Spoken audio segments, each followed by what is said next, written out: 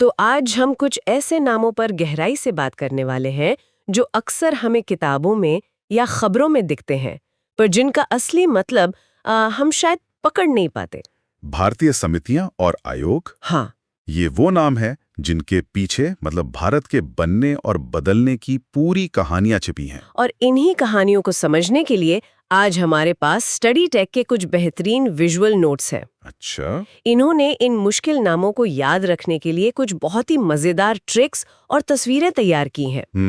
लेकिन आज हमारा मिशन सिर्फ इन ट्रिक्स को जानना नहीं है, बल्कि इन्हें एक शुरुआती बिंदु बनाकर ये समझना है कि इन समितियों ने भारत की अर्थव्यवस्था, राजनीति और समाज को कैसे गढ़ा। बिल्कुल। तो चलिए इस दिलचस्प पड़ताल की शुरुआत करते हैं। चलिए इसकी परतें खोलते हैं। शुरुआत करते हैं देश के खजाने से, मतलब अर्थव्यवस्था और टैक्स से। सबसे जरूरी विषय। हाँ, तो हमारी पहली स्लाइड पर 4 समितियां हैं और पहली है राजा चिलैया समिति। इनका काम था कर सुधार यानी टैक्स रिफॉर्म्स। और स्टडी टेक की ट्रिक बड़ी सीधी है, प्रजा से टैक्स कौन लेता है? राजा। हाँ, बिल्कुल सीधा कनेक्शन। हाँ, तस्वीर में भी एक ताज और पैसों की थैलियां बनी है जो इसे दिमाग में बैठा देती है। ये ट्रिक जितनी सीधी है ना, इसका असर उतना ही गहरा था। सोचिए, 1991 से पहले भारत की कर व्यवस्था एक उलझे हुए जाल की तरह थी। अच्छा। बहुत ज्यादा टैक्स दरें, अनगिनत नियम। चिलैया समिति ने ही इस जाल को सुलझाने का रास्ता दिखाया। मतलब सिंप्लीफाई करने का। हाँ, उन्होंने कहा कि टैक्स दरें कम करो, लेकिन टैक्स का दायरा बढ़ाओ ताकि ज्यादा लोग ईमानदारी से टैक्स भरें। ये कम टैक्स ज्यादा पालन की सोच की शुरुआत थी। तो इसका मतलब ये हुआ कि आज हम जो सरल टैक्स फाइलिंग की उम्मीद करते हैं, उसकी नींव बहुत पहले रखी जा चुकी थी। एक तरह से हाँ। इसी से जुड़ा अगला नाम है केलकर समिति। इनका काम था कर संरचना सुधार और जीएसटी से जुड़ा। हाँ, जीएसटी। और इनकी ट्रिक तो और भी मजेदार है, टैक्स भरने में किले बिक गए। तस्वीर में एक किला बना है जो वाकई इस बात को यादगार बना देता है। और यहाँ दिलचस्प बात यह है कि दोनों समितियां एक ही कहानी के 2 अध्याय हैं। अच्छा, कैसे? चिलैया समिति ने सुधार की शुरुआत की और विजय केलकर समिति ने उसे जीएसटी जैसे बड़े अंजाम तक पहुंचाया। जीएसटी से पहले हमारे देश में VAT, service tax, excise duty जैसे कितने ही अलग-अलग टैक्स थे। व्यापार करना बहुत मुश्किल था। सही बात है। केलकर समिति की रिपोर्ट ने ही एक देश एक टैक्स वाले जीएसटी का एक मजबूत खाका तैयार किया। ये सिर्फ नाम नहीं है, ये भारत की आर्थिक आजादी के मील के पत्थर हैं। बिल्कुल। अब स्लाइड के दूसरे हिस्से पर आते हैं, जहां 2 और बड़े नाम हैं। पहला महालनोबिस समिति, जिनका संबंध राष्ट्रीय आय यानी नेशनल इनकम से था। और ट्रिक है, आय हमेशा महान होनी चाहिए। पीसी महालनोबिस, इन्हें भारतीय सांख्यिकी का जनक भी कहा जाता है। अच्छा। आजादी के बाद हमें ये पता ही नहीं था कि हमारे देश की कुल आय कितनी है, कौन से सेक्टर कितना कमा रहे हैं। तो योजना कैसे बनती होगी? यही तो बात है। बिना इस जानकारी के कोई भी सरकार विकास की योजना कैसे बना सकती है? महालनोबिस समिति ने ही भारत की राष्ट्रीय आय की गणना का एक वैज्ञानिक ढांचा तैयार किया। मतलब एक तरह का आर्थिक एक्सरे। बिल्कुल सही शब्द है, एक आर्थिक एक्सरे जिसने पहली बार हमें अपनी सेहत का सही अंदाजा दिया। ये तो बहुत दिलचस्प है। तो एक तरफ देश की कुल आय का हिसाब लगाया जा रहा था और दूसरी तरफ हमारी स्लाइड पर है सुरेश तेंदुलकर समिति, जिन्होंने गरीबी रेखा यानी पॉवर्टी लाइन को परिभाषित किया। हाँ। स्टडी टेक की ट्रिक थोड़ी व्यंग्यात्मक है। सचिन तेंदुलकर अमीर हैं, गरीबी का हिसाब वही लगाएंगे। हाँ, ये ट्रिक गरीबी जैसी गंभीर समस्या को मापने की मुश्किल को एक हल्के फुल्के अंदाज में सामने रखती है। सही है। अगर हम इन दोनों को एक साथ देखें तो ये एक ही सिक्के के 2 पहलू हैं। कैसे? महालनोबिस बता रहे थे कि देश का आर्थिक पाई कितना बड़ा है और तेंदुलकर समिति ये पता लगाने की कोशिश कर रही थी कि उस पाई का एक छोटा टुकड़ा भी सबसे गरीब व्यक्ति तक पहुंच रहा है या नहीं। अच्छा। गरीबी को मापना हमेशा से एक बहुत ही विवादास्पद काम रहा है। तेंदुलकर समिति ने सिर्फ कैलोरी पर आधारित पुरानी परिभाषा को बदला और शिक्षा और स्वास्थ्य पर होने वाले खर्च को भी इसमें जोड़ा। तो इसने हमें गरीबी की एक ज्यादा यथार्थवादी तस्वीर दी। बिल्कुल। चलिए अब देश के खजाने से निकलकर बैंकों की दुनिया में चलते हैं। ठीक है। हमारी अगली स्लाइड बैंकिंग और वित्त पर है और पहला ही नाम बहुत दमदार है, नरसिम्हन समिति, जिनका संबंध बैंकिंग सुधारों से है। बहुत बड़ा नाम है ये। और स्टडी टेक की ट्रिक है, डूबते हुए बैंकों को भगवान नरसिंह ही बचा सकते हैं। हाँ। तस्वीर में भी भगवान नरसिंह को एक खंभे से निकलकर एक बैंक को बचाते हुए दिखाया गया है, जो बहुत प्रभावी है। और ये ट्रिक बिल्कुल सटीक है। 1991 के आर्थिक सुधारों के समय हमारे सरकारी बैंक बहुत बुरी हालत में थे। अच्छा। उन पर सरकार का बहुत ज्यादा नियंत्रण था। वो फायदे में नहीं चल रहे थे और दुनिया के बैंकों के सामने कहीं नहीं टिकते थे। नरसिंहन समिति एक भूचाल की तरह आई। उन्होंने ही प्राइवेट बैंकों को लाइसेंस देने, बैंकों को अपने फैसले खुद लेने की आजादी देने और उन्हें टेक्नोलॉजी अपनाने की सिफारिश की। बिल्कुल। आज हम जो प्राइवेट बैंक और डिजिटल बैंकिंग देख रहे हैं, उसकी नींव इसी समिति ने रखी थी। इसी स्लाइड पर दूसरा नाम है शिवरामन समिति। इन्होंने 1982 में नाबार्ड की स्थापना की सिफारिश की। National bank for agriculture and rural development. और ट्रिक इसे कितनी खूबसूरती से जोड़ती है। शिवजी गांव में बसते हैं, नाबार्ड। ये बहुत अच्छा है। तस्वीर में भगवान शिव का ग्रामीण परिवेश इसे और पक्का कर देता है। ये दोनों समितियां, नरसिम्हन और शिवरामन, भारत की दो अलग-अलग आर्थिक सच्चाइयों को दिखाती हैं। मतलब नरसिम्हन समिति इंडिया के लिए थी, जो शहरों में बसता है और जिसे वैश्विक स्तर की बैंकिंग चाहिए। वहीं शिवरामन समिति भारत के लिए थी, जो गांवों में बसता है और जिसकी जरूरतें खेती, किसानी और छोटे उद्योगों से जुड़ी हैं। और नाबार्ड आज भी हमारे देश की ग्रामीण अर्थव्यवस्था की रीढ़ है। बिल्कुल। ये दिखाता है कि हमारे नीति निर्माताओं ने शहरी और ग्रामीण दोनों विकास को साथ लेकर चलने की कोशिश की। अब एक ऐसे क्षेत्र की बात करते हैं जहां बहुत पैसा फेरा जाता है, शेयर बाजार। हाँ। फेरवानी समिति, जिसका संबंध नेशनल स्टॉक एक्सचेंज यानी एनएसई की स्थापना से है। ट्रिक सीधी है, शेयर मार्केट में पैसा फेरा जाता है। ये सुनने में बहुत सरल लगता है, लेकिन एनएसई की स्थापना एक क्रांति थी। क्रांति कैसे? सोचिए, इससे पहले शेयर बाजार कुछ बड़े शहरों के अमीरों का एक क्लब जैसा था, जहां रिंग में खड़े होकर सौदे होते थे। हाँ, चिल्ला चिल्ला कर। पारदर्शिता की बहुत कमी थी। एनएसई ने इस पूरी प्रक्रिया को कंप्यूटराइज्ड और पारदर्शी बना दिया। तो इसने भारत में निवेश की संस्कृति को हमेशा के लिए बदल दिया। बिल्कुल। और एक छोटे शहर के आम निवेशक के लिए भी बाजार के दरवाजे खोल दिए। ये वित्तीय लोकतंत्रीकरण का एक बड़ा कदम था। और अब एक ऐसी समिति जिसकी जरूरत शायद आज भी है, गुईपुरिया समिति। हाँ, गुईपुरिया समिति, जो बैंकों में ग्राहक सेवा में सुधार के लिए थी। इसकी ट्रिक तो हर कोई अपने अनुभव से जोड़ सकता है। बैंक वाले कस्टमर को गोली देते रहते हैं, काम नहीं करते। ये एक बहुत महत्वपूर्ण सवाल उठाता है। क्या? एक तरफ फिरवानी समिति जैसे सुधारों से हम बड़े बड़े सिस्टम बना रहे थे, टेक्नोलॉजी ला रहे थे। लेकिन गुईपुरिया समिति हमें याद दिलाती है कि किसी भी वित्तीय प्रणाली के केंद्र में आम ग्राहक होता है, और अगर उसे अच्छी और सम्मानजनक सेवा नहीं मिलती तो बड़े बड़े तकनीकी सुधार अधूरे रह जाते हैं। ये मैक्रो और माइक्रो लेवल के सुधारों के बीच के संतुलन की जरूरत को दिखाता है। अब शासन की संरचना पर आते हैं। हमारी अगली स्लाइड पंचायती राज और राज्यों के संबंधों पर है। ठीक है। पंचायती राज में दो नाम हमेशा कंफ्यूज करते हैं, बलवंत राय मेहता और अशोक मेहता। हाँ, ये अक्सर होता है। पाल स्टडी टेक की ट्रिक इस कंफ्यूजन को हमेशा के लिए खत्म कर देती है। बलवंत राय मेहता नाम में 3 शब्द = त्रिस्तरीय पंचायत। अच्छा। और अशोक मेहता नाम में 2 शब्द, तो द्विस्तरीय पंचायत। वाह, ये तो बहुत बढ़िया है ना? यहाँ जो बात सबसे दिलचस्प लगती है वो ये है कि ये समितियां सत्ता के विकेंद्रीकरण यानी डिसेंट्रलाइजेशन के भारतीय प्रयोग के दिल में हैं। मतलब लोकतंत्र को गांव तक ले जाने की कोशिश। बिल्कुल। ये इस सवाल से जूझ रही थी कि लोकतंत्र को दिल्ली और राज्यों की राजधानियों से निकालकर गांव तक कैसे पहुंचाया जाए। बलवंत राय मेहता की त्रिस्तरीय प्रणाली को आखिरकार अपनाया गया और 73वें संविधान संशोधन के जरिए इसे संवैधानिक दर्जा मिला। सही। आपने विकेंद्रीकरण की बात की, लेकिन क्या अशोक मेहता की 2 स्तरीय प्रणाली ज्यादा व्यावहारिक नहीं होती? ऐसा लगता है कि 3 स्तरों में तो और ज्यादा लाल फीताशाही और देरी का दर रहता है। ये एक बहुत ही जायज सवाल है और इस पर उस समय में भी बहुत बहस हुई थी। अच्छा। अशोक मेहता समिति का तर्क यही था कि 2 स्तरीय प्रणाली ज्यादा मजबूत और कुशल होगी। तो फिर उसे क्यों नहीं अपनाया? क्योंकि भारत की विशालता और विविधता को देखते हुए बलवंत राय मेहता मॉडल को चुना गया, ताकि सत्ता का बंटवारा जमीनी स्तर तक हो सके, भले ही उसमें कुछ अक्षमताएं हों। तो ये कुशलता और प्रतिनिधित्व के बीच एक चुनाव था, और भारत ने प्रतिनिधित्व को चुना। वाह। अब बात करते हैं केंद्र और राज्यों के संबंधों की। सरकारी आयोग। ट्रिक है, सरकार किसकी? केंद्र और राज्य दोनों की। ये सिर्फ एक प्रशासनिक रिपोर्ट नहीं थी, बल्कि भारत की आत्मा को परिभाषित करने की कोशिश थी। मतलब ये कि क्या भारत एक मजबूत केंद्र वाला देश है या राज्यों का एक संघ? सरकारिया आयोग ने इसी तनावपूर्ण रस्सी पर चलने का रास्ता सुझाया। राज्यपाल की भूमिका से लेकर वित्तीय बंटवारे तक। हाँ, उन्होंने केंद्र और राज्यों के बीच सहयोग बढ़ाने के लिए कई सिफारिशें दी और भारत आज भी उसी रास्ते पर संतुलन बना रहा है। और एक ऐसा मुद्दा जिसने भारत का नक्शा ही बदल दिया, राज्यों का पुनर्गठन। बहुत संवेदनशील मुद्दा था ये। धर आयोग ने भाषाई आधार पर राज्यों के गठन का विरोध किया।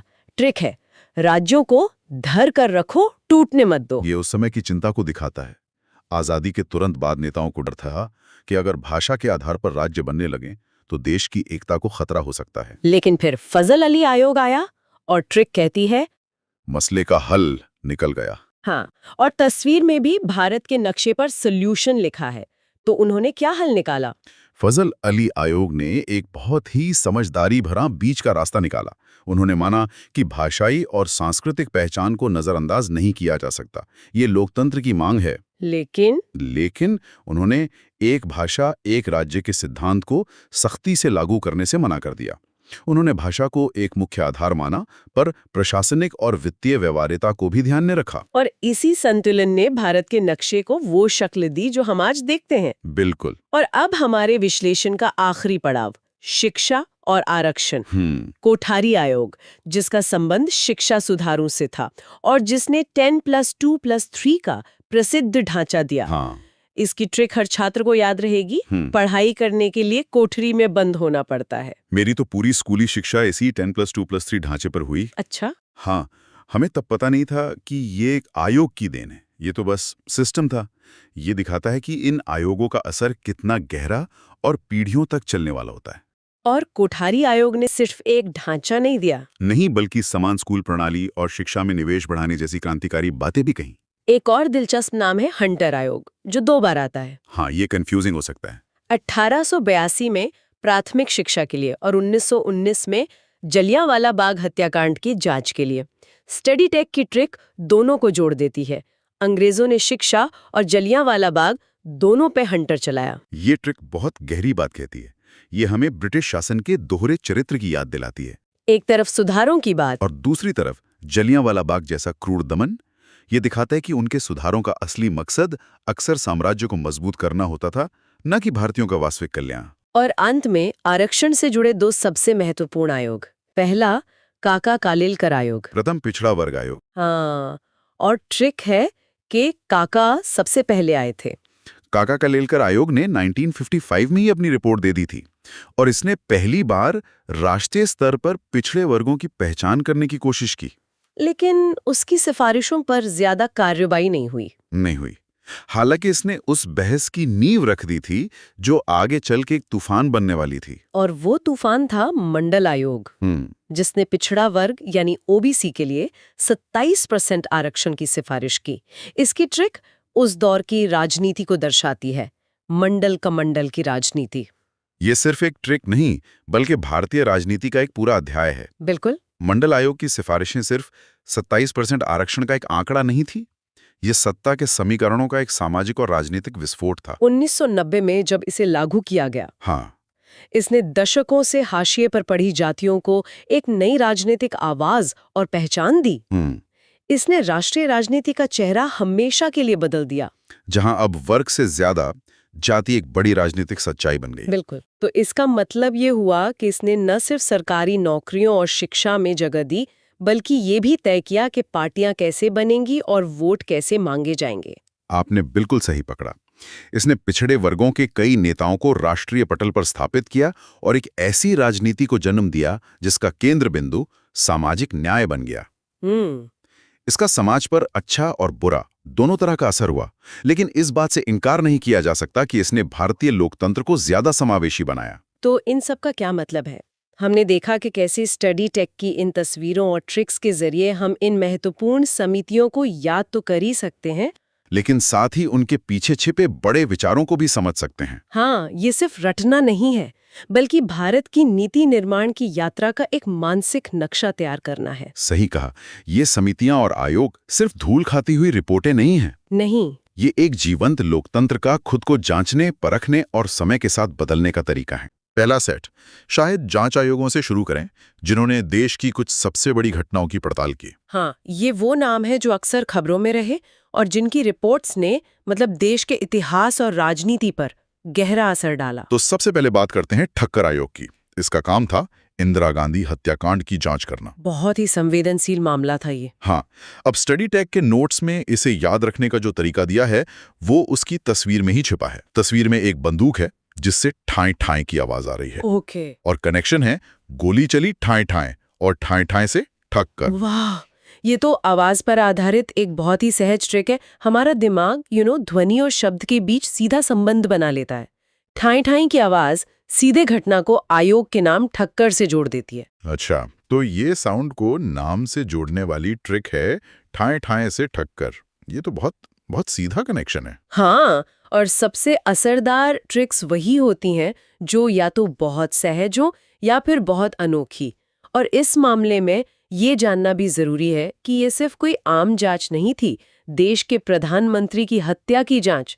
तो एक सीधी सादी ट्रिक इसे याद रखने में और मदद करती है। अगला नाम है नानावती आयोग। इसका दायरा काफी बड़ा था। इसने गोधरा कांड और 1984 के सिख विरोधी दंगों दोनों की जांच की। हाँ, दो बहुत ही दुखद घटनाएं। स्टडी टेक की तस्वीर में एक गुस्साए हुए बुजुर्ग को नानाजी के तौर पर दिखाया गया है और उनके पीछे दंगों का दृश्य है। जुगाड़ है, दंगे देखकर नानाजी गुस्सा हो गए। नानाजी से नानावती। बिल्कुल। यहाँ पर याददाश्त को भावना से जोड़ा गया है। नानाजी का गुस्सा एक बहुत ही मानवीय प्रतिक्रिया है। जब हम किसी जानकारी में मतलब इमोशन का तड़का लगा देते हैं तो वो हमारे दिमाग में ज्यादा गहराई से बैठ जाती है। मतलब ये सिर्फ एक नाम नहीं, एक पूरी कहानी बन जाता है। एग्जैक्टली। अब आते हैं लिब्राहन आयोग पर। मुझे याद है कि इसका नाम हमेशा खबरों में रहता था क्योंकि इसकी जांच बहुत बहुत लंबी चली थी। विषय था बाबरी मस्जिद विध्वंस। तो क्या इसकी ट्रिक इसी बात से जुड़ी है? बिल्कुल सही पकड़ा आपने। इसकी ट्रिक शब्दों के खील पर आधारित है।